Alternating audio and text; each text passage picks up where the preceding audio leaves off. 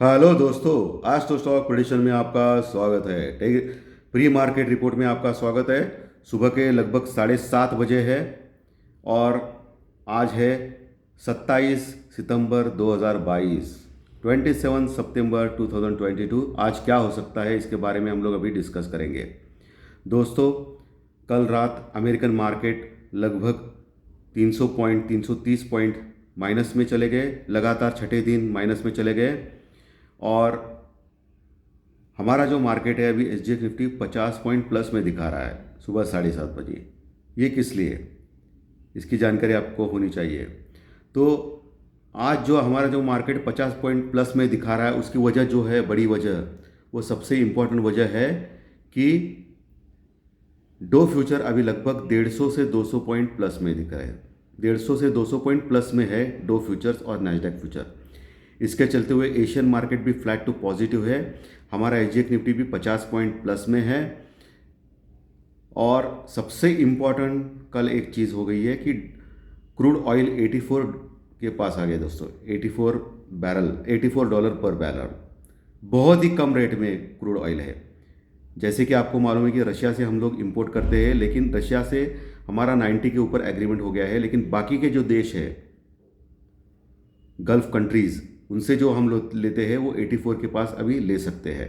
सो हमारी इकोनॉमी के लिए बहुत ही अच्छी ये वजह है ग्रो करने की। इकोनॉमी बहुत ही अच्छी रहेगी हमारी, क्योंकि हमको कम से कम पैसे लगेंगे परचेस करने के लिए, बाय करने के लिए ऑयल दोस्तों। तो ये हमारे लिए बहुत ही अच्छी न्यूज़ है।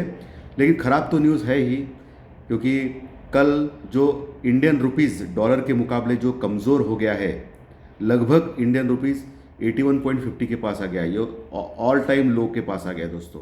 इसके चलते हुए बैंक निफ्टी लगातार गिर रहा है और हमारा फॉरेक्स रिजर्व भी कम हो रहा है। इंडियन रुपीज़ को बचाने के चक्कर में RBI जो कदम उठाएगी या उठाने जा रही है या उठा रही है, उसके चलते हुए हमारा फॉरेक्स रिजर्व भी कम हो रहा है। तो इसका भी थोड़ा असर हमारे ऊपर पड़ सकता है। ये चीज़ें तो बहुत ही डेंजरस है हमारे लिए। और लगातार हम लोग ज़बरदस्त गिरावट दर्ज की है हम लोगों ने पिछले 5 दिनों में। 1000 पॉइंट निफ्टी में और बैंक निफ्टी में लगभग 3000 के ऊपर पॉइंट गिर चुके हैं।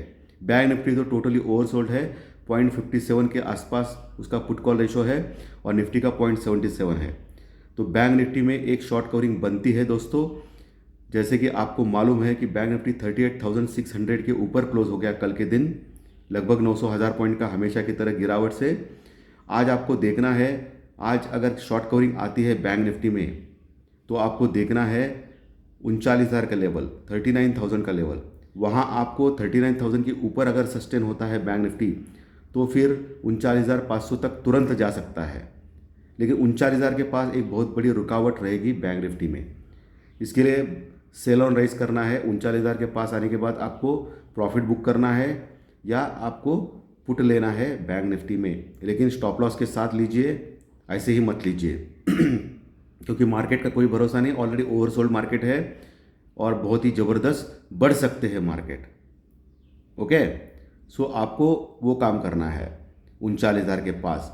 अगर नीचे आपको कहाँ से खरीदना है बैंक निफ्टी, नीचे आपको बहुत ही अच्छा सुनहरा जो मौका है वो 38,000 के पास दिखाई दे रहा है बैंक निफ्टी में। वहाँ तो 101% खरीदना है। 99% चांसेस है कि 38,000 से बैंक निफ्टी ज़बरदस्त ऊपर जाएगा, लेकिन उतना नहीं मिलेगा ऐसा मुझे लग रहा है। आज के दिन जो लग रहा है, जो टोटली ग्लोबल कंडीशन है, उसके अनुसार मुझे लग रहा है कि वो नहीं मिलेगा। तो 38,200 के आसपास भी आप खरीद सकते हैं। वैसे देखा जाएगा तो 38,500 के पास बहुत ही अच्छा सपोर्ट है बैंक निफ्टी में। तो नीचे नहीं गिर सकता है बैंक निफ्टी, ऐसा मुझे लग रहा है। होने के लिए कुछ भी हो सकता है, ठीक है। लेकिन आपको सेल ऑन राइज करना है, ये तो पक्का है, क्योंकि मार्केट में अभी स्ट्रेंथ बची नहीं है दोस्तों।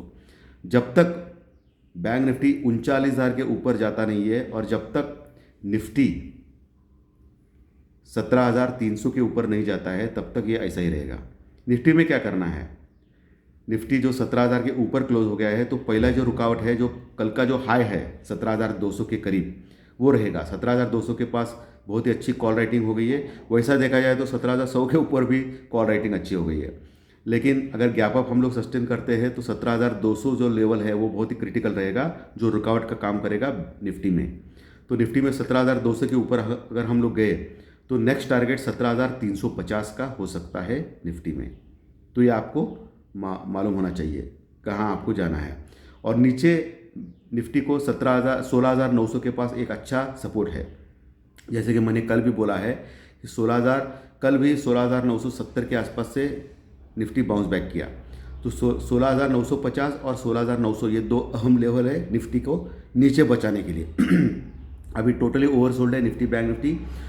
सो अभी तो मैं नहीं देख पा रहा हूँ कि इतना नीचे जाएगा, लेकिन एक स्ट्रांग जो सपोर्ट है निफ्टी में वो 16,800 का नीचे के लेवल पे है, और बैंक निफ्टी में स्ट्रांग लेवल है वो 38,000 का है। उसके नीचे बहुत कमज़ोर हो जाएंगे, ऑलरेडी कमज़ोर हो चुके हैं, उसमें कोई संशय नहीं है। लेकिन ये इंपॉर्टेंट रहेगा level support register technical charts के ऊपर निफ्टी और बैंक निफ्टी में, जिसके ऊपर आपको गौर फरमाना है। ठीक है, आपको और एक चीज़ देखनी है, इंडिया विक्स। इंडिया विक्स कल शूट आउट हो गया था और लगभग हम लोग 22 के पास, 22 के पास क्लोज हो गए हैं। और 20 के ऊपर, जैसे मैं हमेशा बोलता हूँ कि वोलेटिलिटी इंडेक्स यानी इंडिया विक्स जो घबराहट का इंडेक्स है वो बहुत ही डेंजरस रहता है, वो कूल होना चाहिए। क्योंकि अभी एक्सपायरी के लिए आज, कल और परसों ये 3 दिन ही बचे हैं, और इस एक्सपायरी में बहुत बड़े मूवमेंट्स हो सकते हैं। ऑलरेडी हम लोग गिर चुके हैं बहुत बड़े, तो शॉर्ट कवरिंग बहुत ही बड़ी आ सकती है कभी भी। तो इंडिया विक्स को कूल होना चाहिए। 20 के नीचे अगर गया तो ये अच्छी बात है बुल्स के लिए। और जैसे कि आपको मालूम है कि इस मंथ एंड को 29-30 तारीख को आरबीआई की पॉलिसी है, जिसमें RBI rate of interest hike का डिसीजन डिक्लेयर करने जा रहा है। और कयास ऐसा माना जा रहा है कि 0.50% रेट ऑफ इंटरेस्ट बढ़ेगा, यानी 50 basis point rate of interest बढ़ेगा हमारे इंडियन मार्केट के लिए, आरबीआई डिक्लेयर करेगा। पहले 25 बेसिस पॉइंट था, इसलिए मार्केट नहीं गिर रहा था, लेकिन अभी 50 बेसिस पॉइंट अगर डिक्लेयर करने वाला, ये ऑलरेडी फैक्टर इन है हमारे मार्केट के रेट में। क्योंकि हम लोग बैंक निफ्टी और निफ्टी इतने गिर चुके हैं, इसका मतलब ये ऑलरेडी हम लोगों ने डाइजेस्ट किया है। आरबीआई का जो पॉलिसी आ रहा है वो 50 बेसिस पॉइंट का रेट ऑफ इंटरेस्ट हाइक करने का डिसीजन ऑलरेडी हम लोग ले चुके हैं हमारे प्राइस एक्शन में, जो निफ्टी और बैंक निफ्टी में दिखाया है। सो डरने की बात नहीं है, यह अच्छा मौका है हमको बाय ऑन डिप का खरीदने का, क्योंकि हमारी इकोनॉमी स्ट्रांग है, हमारे इन्फ्लेशन भी कंट्रोल में है, और क्रूड ऑयल के प्राइसेस भी कम हो गए। सिर्फ और सिर्फ एक ही चिंता है हमारे लिए कि हमारा इंडियन रुपीज़ बहुत ही वीक हो रहा है, लेकिन वर्ल्ड मार्केट में सभी के करेंसीज डॉलर के मुकाबले वीक हो रहे हैं। हम लोग वैसे देखा जाएगा तो हम लोग कम गिर चुके हैं, लेकिन तभी भी वीक हो रहा है, और हमारा फॉरेक्स रिजर्व कम हो रहा है। ये थोड़ा चिंताजनक बात है हमारे लिए। उतनी चिंता छोड़ दिया है तो हमारा इकोनॉमी अच्छी है, लेकिन आपको केयरफुली काम करना है, प्रॉपर हेजिंग के साथ काम करना है ये 2-3 दिन गुरुवार तक।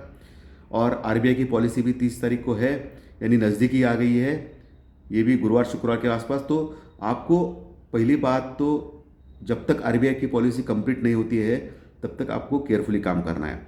हो सकता है कि आरबीआई की पॉलिसी ख़त्म होने के बाद हम लोग लगभग बैंक निफ्टी में 1,000-1,500 पॉइंट का उछाल और निफ्टी में 400 पॉइंट का उछाल देख सकते हैं। और मेरा गट फीलिंग है कि आरबीआई की पॉलिसी जब डिक्लेयर होने वाली है 30 तारीख के आसपास, 29-30 के पास, तो उस समय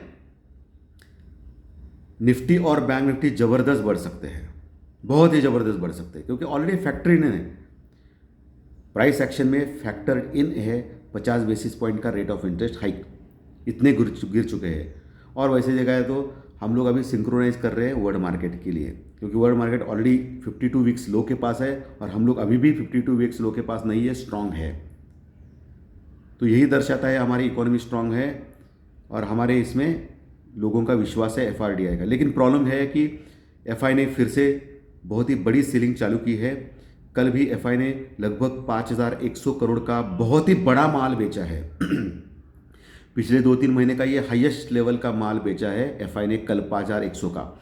और सबसे अच्छी बात है कि डीआई ने भी अभी खरीदना चालू किया है, 3,500 करोड़ का माल खरीदा है डीआई ने कल के दिन।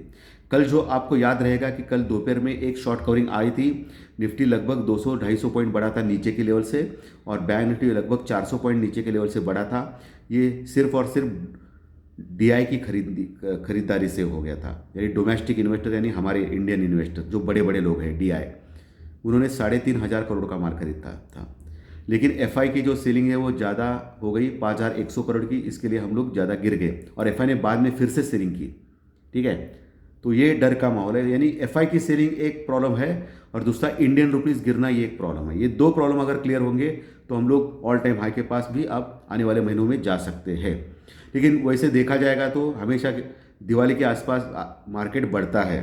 सो अभी सुनहरा मौका है आपको कि नीचे लेने का, मार्केट अच्छे अच्छे स्टॉक जो कम भाव में मिल रहे हैं आपको।